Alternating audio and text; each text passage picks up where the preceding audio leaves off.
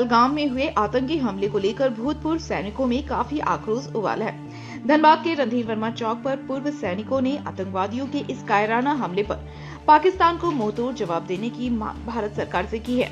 वहीं घटना में मारे गए पर्यटकों को भूतपूर्व सैनिकों ने श्रद्धांजलि दिया। घटना को लेकर भूतपूर्व सैनिकों ने कहा कि कायराना हरकत पाकिस्तान ने किया है। पर्यटकों को आतंकवादियों ने धर्म पूछकर मारा है। पाकिस्तान को मिट्टी में मिला देना चाहिए। भारत की सैन्य शक्ति का लोहा अब अमेरिका मानती है। इतनी शक्ति है कि पाकिस्तान को खत्म कर सकते हैं।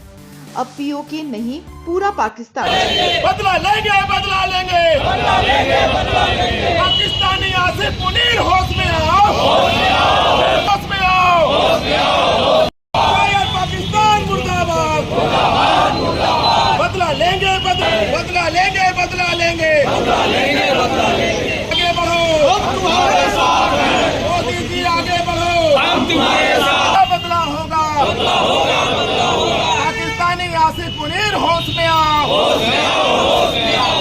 इस्लामिक आतंकवाद मुर्दाबाद। तो जो लोग इसमें मरे हैं, जिनके उनके परिवार की तरफ के लिए हमारी बहुत सारी श्रद्धांजलि है।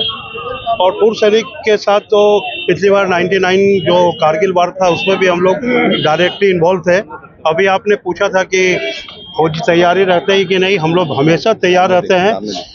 सिर्फ भगवान और ये मतलब अपने जो सुप्रीम कमांडर है उनके एक आदेश से हम लोग जो है कल के दिन या जब भी पूरी तैयारी है। पाकिस्तान को हम लोग मटिया मेल कर सकते हैं। हमेशा हमने युद्ध जीता है, कारगिल का लो या 1971 का वार का लो, हमने हमेशा युद्ध जीता है। और अभी ऑल द फ्रंट पे जब मोदी जी आने के बाद सैनिकों का मनोबल बहुत बढ़ा है और हम लोग हमेशा तत्पर हैं और फिटिंग रिप्लाई देने के लिए हम लोग हमेशा तैयार हैं। सिर्फ हमें एक आदेश की ज़रूरत है एंड आप देखिएगा कि हम उन्हें मिट्टी में मिला देंगे। स्थिति पूरे देश में पूरे सबका खून खौल रहा है। सबसे पहले तो मैं इस कायराना हरकत में जो हमारे भारतीय की जान गई है उनके प्रति एक सहानुभूति और एक श्रद्धांजलि अर्पित हम करते हैं और उनके परिवारजनों को परमात्मा शक्ति दे कि दुख को सह सकें।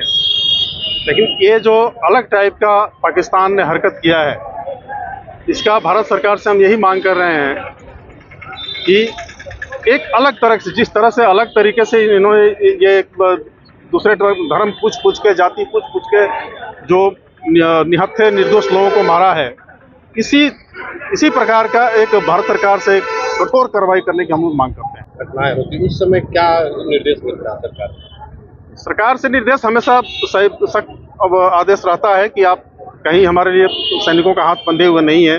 सैनिकों के हाथ हमेशा खुले हैं। और जैसा कि हम देख सकते हैं कि 7-8 सालों में कश्मीर की हालात में काफ़ी सुधार आया, पूरी खुशहाली लौट आई थी। तो कहीं ना कहीं हो सकता है कि हमारी भी थोड़ी सी कमी रही हो, तो लेकिन ऐसा कहीं नहीं है कि वो कहीं सैनिक पीछे रह गए हैं या कहीं कुछ।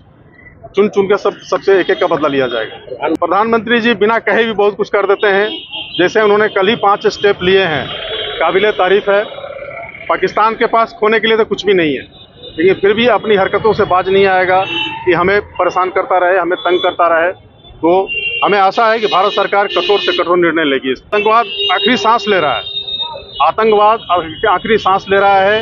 ये उसी की आपने सुना होगा, एक वहाँ का जिहादी है, उसने 2 फरवरी 2026 तक कश्मीर को लेने की बात कर रहा है। और इस तरह के अब जो है दिवालियापन है उनकी दिवालियापन का ये सोच है, वो कुछ नहीं कर सकते।